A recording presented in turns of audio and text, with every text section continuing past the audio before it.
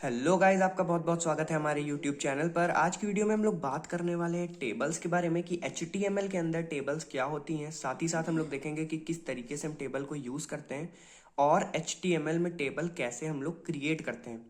इसके लिए मैंने एक AKTU का प्रीवियस ईयर क्वेश्चन पिक किया है। साथ ही साथ ये एक बहुत इंपॉर्टेंट क्वेश्चन है HTML के पॉइंट ऑफ व्यू से, क्योंकि HTML से जब भी क्वेश्चन पूछे जाते हैं तो उनमें 70% क्वेश्चन टेबल से ही पूछे जाते हैं। ठीक है, सो ये बहुत इंपॉर्टेंट टॉपिक है और आपको अच्छे से आना चाहिए। सबसे पहले अगर बात करें कि टेबल क्या होती है HTML में, तो वो अभी मैं बता दूंगा। उसके बाद क्वेश्चन क्या है, create the following tables using HTML, यानी कि इस टेबल को हमें क्रिएट करना है HTML का यूज करके। जब मैं अभी आपको एक्सप्लेन कर दूंगा कि टेबल क्या होता है, टेबल में टैग्स कौन से होते हैं, एट्रीब्यूट्स कौन से होते हैं, उसके बाद में हम लोग जाएंगे स्क्रीन पे यानी कंप्यूटर स्क्रीन पे, और वहां पे हम लोग इस टेबल को क्रिएट करके देखेंगे कि किस तरीके से हम उन टैग्स और एट्रीब्यूट्स का यूज करते हैं और एक टेबल को क्रिएट करते हैं। ठीक है, सो पहले हम लोग बेसिक थ्योरेटिकल पार्ट डिस्कस कर लेते हैं। वो है हमारा टेबल क्या होता है। ठीक है, सबसे पहले अगर बात करें तो tables are used to organize data in a structured manner, यानी कि जो टेबल होती हैं उनका यूज सिर्फ इसलिए किया जाता है ताकि हम डेटा को एक स्ट्रक्चर्ड फॉर्मेट या एक स्ट्रक्चर्ड मैनर में कलेक्ट कर सकें। ठीक है, opening table tag and closing table tags are used to mark start and end respectively in HTML। अगर आपने कभी भी टेबल्स के बारे में HTML पे कुछ किया होगा या फिर कोई भी कोड लिखा होगा तो ये चीज़ आपने देखी होगी, या फिर आप आगे करोगे तो आप नोटिस करोगे कि टेबल टैग का जो ओपनिंग टैग होता है, इससे हम लोग टेबल का स्टार्ट मार्क करते हैं, यानी कि यहाँ से पता चलता है हमारे ब्राउजर को कि टेबल हमारी क्रिएट होना स्टार्ट हुई है, और क्लोजिंग टेबल टैग पे हमारी टेबल एंड होती है। ठीक है, इसके बीच में ही जिस तरीके से हम लोग का बॉडी एक कंटेनर टैग की तरह काम करता है, जिसके बीच में सारी ही चीजें होती हैं, उसी तरीके से टेबल टैग भी कंटेनर टैग्स की तरह काम करते हैं। इनके अंदर में हम टेबल डेटा, टेबल रोज, टेबल हेडिंग्स और बाकी चीजों को इनपुट कराते हैं। ठीक है, वो अभी मैं आपको दिखा दूंगा कि किस तरीके से होता है। अभी आप बस इतना समझ लो कि टेबल ओपनिंग टैग और टेबल क्लोजिंग टैग हमारे यूज होते हैं किसी भी टेबल की एंड या स्टार्ट को मार्क करने के लिए।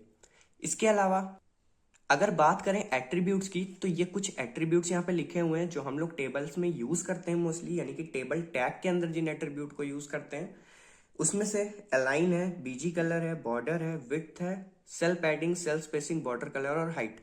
अब इन सब का क्या यूज है, वो सब कुछ अभी जब मैं स्क्रीन पे डिस्कस करूंगा कि टेबल किस तरीके से बनानी है, टेबल में क्या क्या चीजें होती हैं, वहां पे मैं इन सारे ही एट्रीब्यूट्स के बारे में आपको बता दूंगा। इनकी वैल्यूज आप क्या क्या सेट करते हो वो सब कुछ भी मैं आपको बता दूंगा। ठीक है, अभी के लिए आपको ये चीज याद होनी चाहिए कि हम कुछ इतने हमारे कुछ गिवन एट्रीब्यूट्स होते हैं जो हम लोग मोस्टली यूज करते हैं जब भी हम लोग टेबल को क्रिएट करते हैं। ठीक है, इसके बाद हम लोग बात करेंगे टैग्स की, कि टेबल के अंदर हम लोग किस किस अलग अलग टैग्स को यूज कर सकते हैं। तो उसमें से कुछ हमारे 4 बेसिक टैग्स हैं जो हम लोग एक टेबल क्रिएट करते हैं तो उसमें यूज करते हैं।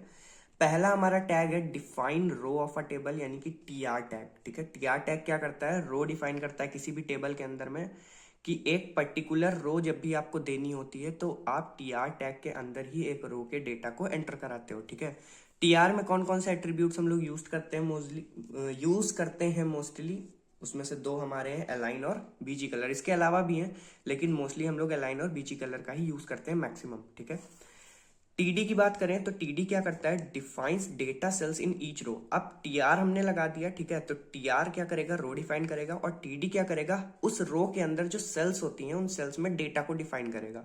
ठीक है, इसमें कौन कौन से एट्रीब्यूट होते हैं, इसमें एक बीजी कलर आता है हमारा, रो स्पैन आता है और कॉल स्पैन आता है। अब किसका क्या यूज है ये सब हम लोग प्रोग्राम करते टाइम डिस्कस कर लेंगे।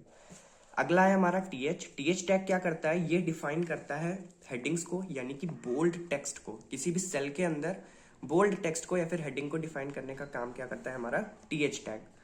Attributes BG colour, row span और कॉल स्पैन सेम TD की तरह वर्क करता है, बस TD में जो डेटा सेल्स होती हैं हमारी या फिर जो डेटा होता है वो बोल्ड नहीं होता, और जो TH के अंदर हमारा डेटा होता है वो बोल्ड फॉर्मेट में होता है। ठीक है, इसके बाद एक हमारा लास्ट कह सकते हैं आप टैग है जो टेबल में, इसके अलावा भी काफी टैग्स होते हैं बट मोस्टली आप इन्हीं टैग्स को यूज करोगे और इन्हीं टैग्स पे वर्क करोगे जब भी आपको क्वेश्चन आएगा, इवन इन एग्जाम्स और इन योर कॉलेज एग्जाम्स। ठीक है, क्या ये हमारा कैप्शन टैग भी एक इंपॉर्टेंट टैग है क्योंकि ये किसी भी टेबल का कैप्शन डिफाइन करता है। ठीक है, किस तरीके से डिफाइन करता है ये हम लोग अभी स्क्रीन पे चलते हैं और वहीं पे देख लेते हैं। Let's go to the screen.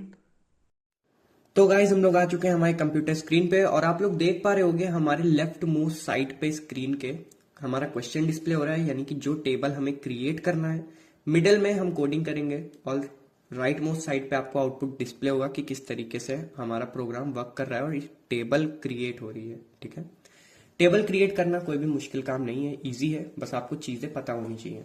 सो सबसे पहले हम क्या करेंगे, HTML टैग लगाते हैं। एक्चुअली मैं वीडियो को फास्ट फॉरवर्ड में क्रिएट कर देता हूँ, ठीक है, और उसके बाद में मैं आपको एक्सप्लेन कर देता हूँ कि किस तरीके से कौन से टैग का यूज हो रहा है। अदरवाइज आपका भी टाइम बहुत ज्यादा वेस्ट होगा और मेरा भी टाइम बहुत ज्यादा जाएगा इसको समझाने में। ठीक है, सो मैं समझा दूंगा आपको, पहले आप लोग पूरा कोड एक बार देख लो कि किस तरीके से वर्क कर रहा है, किस तरीके से हम कोड को राइट करना है। ठीक है, सो लेट्स गो।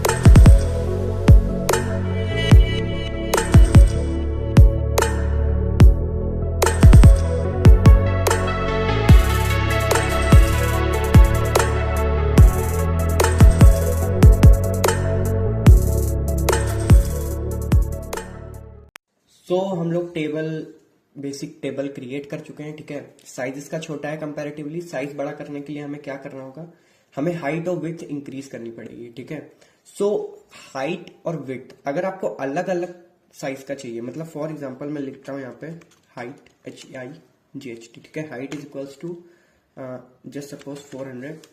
ठीक है, और हमें विड्थ क्या चाहिए, WIDTH, विड्थ इक्वल्स टू 400।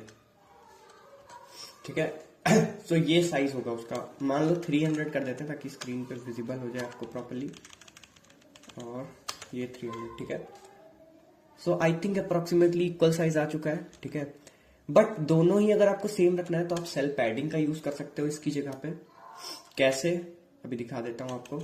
आप इसकी जगह पे सेल पैडिंग यूज करो, इसको आप रख दो 15 पिक्सल। सो ये भी अप्रोक्सीमेटली सेम साइज ही आपको शो कर देगा। ठीक है, सेल स्पेसिंग का काम क्या होता है आपका, सेल स्पेसिंग ये आपके सेल्स के बीच में स्पेस जनरेट करता है। ठीक है, फॉर एग्जांपल अगर मैं 5 रखता हूं तो सेल्स के बीच में 5 पिक्सल की स्पेस आ गई। अगर मैं 56 कर देता हूं तो सेल्स के बीच में 56 की स्पेस आ गई। ठीक है, सेल्स के बीच में कितनी स्पेस रहेगी ये डिसाइड करता है हमारा सेल स्पेसिंग। इसके बाद अगर बीजी कलर की बात करूं तो बीजी कलर अगर हम ग्रे रख देते हैं तो हमारा टेबल का बैकग्राउंड कलर ग्रे हो जाएगा। ठीक है, व्हाइट कर दें तो व्हाइट तो हाई है, पता नहीं चलेगा वो। ठीक है, सो ये कुछ एट्रीब्यूट्स हैं जो हम लोग इसमें यूज करते हैं। साथ ही साथ इसके अलावा अगर मैंने जो भी पढ़ाया था उसमें हमारा अलाइन था, हम अलाइन यूज कर सकते हैं। अलाइन यानी कि टेबल को अलाइन करने के लिए वो हम यूज करेंगे align equal, for example center दे दूं मैं तो ये सेंटर में आ जाएगी हमारी टेबल। इसके अलावा बहुत आपके कोई भी काम का ऐसा नहीं है जो एट्रीब्यूट मैंने ना बताया हो। मैंने लगभग सारे एट्रीब्यूट बता दिए हैं जो भी आपको यूज करने हैं। ठीक है, इसके अलावा अगर हम बात करें अब टैग्स के अंदर, ठीक है, सो सबसे पहले तो हम इसको एक्सप्लेन कर देते हैं कि हमने क्या किया है। तो बेसिक चीजें तो आपको समझ आ गई होंगी कि बॉर्डर हमने 2 पिक्सल क्यों दिया, ताकि हमारा बॉर्डर 2 पिक्सल विजिबल हो सके। अगर हम इसको इंक्रीज कर देते हैं, ठीक है, जस्ट सपोज मैंने 6 पिक्सल कर दिया, तो आप देख सकते हो बॉर्डर की जो हमारी विड्थ है वो बढ़ रही है। ठीक है, बॉर्डर की चौड़ाई बढ़ रही है। अगर मैं इसको 20 कर दूं तो ये बहुत ज्यादा थिक हो जाएगा। ठीक है, बॉर्डर थिक होने लगेगा। जैसे जैसे मैं बॉर्डर को इंक्रीज करता जाऊंगा वैसे वैसे हमारा बॉर्डर का साइज जो है वो इंक्रीज होता जाएगा। ठीक है, सो इसके बाद cell spacing, cell padding, BG colour और ये सब चीजें मैंने बता दी हैं, अलाइनमेंट वगैरह आपको टेबल के अंदर। टीआर टैग, अब टीआर टैग एक इंपॉर्टेंट टैग है। क्यों, टेबल रो में जितनी भी चीजें हैं, ठीक है, अब एक रो में कितनी चीजें हैं, सबसे पहले तो बच्चों को ये समझने में प्रॉब्लम होती है। एक्चुअली मुझे भी एक टाइम पे होती थी कि फर्स्ट रो में हमारी कौन सी चीजें होंगी, सेकंड रो में कौन सी चीजें होंगी। तो मैं आपको अभी कलर चेंज करके दिखा दे रहा हूँ। ठीक है, तो फॉर एग्जाम्पल फर्स्ट रो का हम बीजी कलर क्या ले लेते हैं, बीजी कलर हम ले लेते हैं ग्रे, ठीक है। सो ये हमारी पहली रो के एलिमेंट्स हैं। जो ग्रे कलर के आपको दिख रहे हैं वो हमारी पहली रो के एलिमेंट है। अब अगर मैं नेक्स्ट रो का कलर बदलूं, ठीक है, BG colour equal blue, sky blue करते नहीं तो दिखेगा नहीं, स्काई BLUE ब्लू, ठीक है। तो ये दोनों जो है वो हमारे सेकेंड रो के एलिमेंट है, ठीक है। अब आप बोलोगे कि इसके अंदर आपने वही दो लिखे हैं तो वही दिखाएगा, वो इसीलिए लिखे गए हैं ताकि वो इसी तरह से शो हो। क्यों? क्योंकि जो हमारा पहला रो है उसका जो पहला एलिमेंट है उसने 2 रो के बराबर स्पेस ले ली है, ठीक है। लास्ट एलिमेंट ने भी 2 रो के बराबर स्पेस ले ली है, और जो मिडल एलिमेंट है वो 2 कॉलम के बराबर स्पेस ले रहा है, ठीक है। तो इस वजह से पहली रो में हमारे 3 एलिमेंट ही हैं और वो तीनों एलिमेंट अपने अकॉर्डिंग फर्स्ट रो पे सेटल हुए हैं, ठीक है। सो सेकंड रो में हमारे पास 2 ही चीजें बचती हैं, वो है मेल और फीमेल वाले सेल्स हमारे, तो ये हमारे सेकंड रो में आ गए। अब इसी तरीके से थर्ड रो का मैं कलर चेंज कर दूं तो रो वाइज आपको समझ आ जाएगा सारा ही कि किस तरीके से कलर में हम लोग वेरिएशंस कर सकते हैं, ठीक है। इसको पिंक कर दूं फॉर एग्जांपल में, तो ये हमारी थर्ड रो है, ठीक है। इसके बाद हम ऐसा करते हैं, सारे ही चेंज कर देते हैं सो दैट आपको सारी रोज में डिफरेंस समझ आ जाए। ओके, इसको पिंक से हटा के ग्रीन कर दें। उसके बाद इसको कर देते हैं येलो, और जो लास्ट रो रहेगी हमारी उसका कलर बदल के हम कर देते हैं रेड, ठीक है।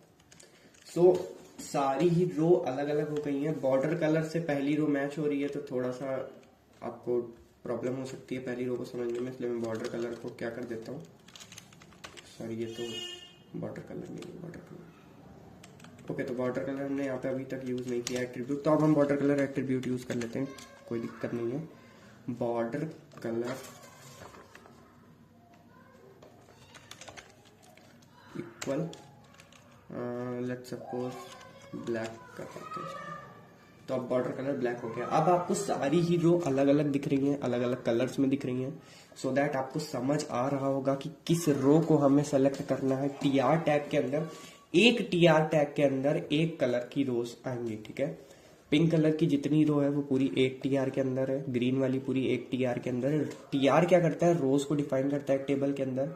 TD क्या करता है, सेल्स को डिफाइन करता है। आप TD का भी कलर चेंज कर सकते हो इफ यू वांट। हमें TD के अंदर भी ये फीचर मिलता है कि हम TD का भी BG कलर चेंज कर सकते हैं। फॉर एग्जांपल मैं इसका BG कलर कर दूं ब्लैक, तो एक सेल का BG कलर हमारा क्या हो गया, ब्लैक। हालांकि कोई फायदा नहीं है इसको करने का, ठीक है। और रोज के भी बैकग्राउंड कलर्स नहीं चेंज किए जाते, मैंने सिर्फ इसलिए आपको चेंज करके दिखाया ताकि आपको समझ आ जाए कि किस तरीके से हम रोज को सेलेक्ट करते हैं, ठीक है। सो इसके अलावा कुछ और एट्रीब्यूट्स की अगर हम बात करें तो अलाइन यूज कर सकते हैं हम, ठीक है। अलाइन हम TR टैग के अंदर यूज करते हैं, हम as well as TD tags के अंदर भी अलाइन का यूज कर सकते हैं। टेबल के अंदर तो अलाइन यूज होता ही है। इसके अलावा जितना भी मैंने अभी आपको पढ़ाया था उसमें से कुछ भी नहीं बचा हुआ है, लगभग सारी चीजें हमने कंप्लीट कर दी हैं। रो स्पैन और कॉल स्पैन अगर आपको नहीं समझ आता है कि क्या होता है तो मैं सिंपल सा बता देता हूँ। जब भी आप 2 रो को मर्ज करके किसी एक सेल को बनाओगे, यानी कि आपकी कोई एक ऐसी सेल हो जो 2 रो के बराबर स्पेस ले रही हो, ठीक है, तब आप रो स्पैन यूज करोगे। अब 2 रो का मतलब ये है कि इस टेबल में 2 रो के बराबर ही है। अगर आपको ऐसी कोई सेल बनानी है जो 3 रो 4 रो या फिर multiple rows, just suppose n number of rows को मर्ज करके एक सेल बन रही है, तो आप वहां पे row span is equals to n लिखोगे। क्यों? ताकि वो n रोज को मर्ज करके एक सेल को फॉर्म कर सके, ठीक है। रो स्पैन वहां यूज होगा जहां रो मर्ज होंगी, कॉल स्पैन वहां यूज होगा जहां कॉलम मर्ज होंगे, ठीक है। तो ये चीज आपको हमेशा ध्यान रखनी है और दिमाग में रखनी है, ठीक है। बाकी इस तरीके के क्वेश्चन पूछे जाते हैं एग्जाम में। टेबल से रिलेटेड कोई भी क्वेश्चन आएगा तो इससे ज्यादा उसमें कुछ भी नहीं पूछा जाएगा। So all the very best for the exams. Thank you so much for watching the video. और डिस्क्रिप्शन बॉक्स में प्लेलिस्ट का लिंक है, अगर आपने नहीं विजिट किया है तो आप जाके विजिट कर सकते हो। चैनल पे नए हो तो सब्सक्राइब कर देना, otherwise like and share the video. Thank you so much for watching the video.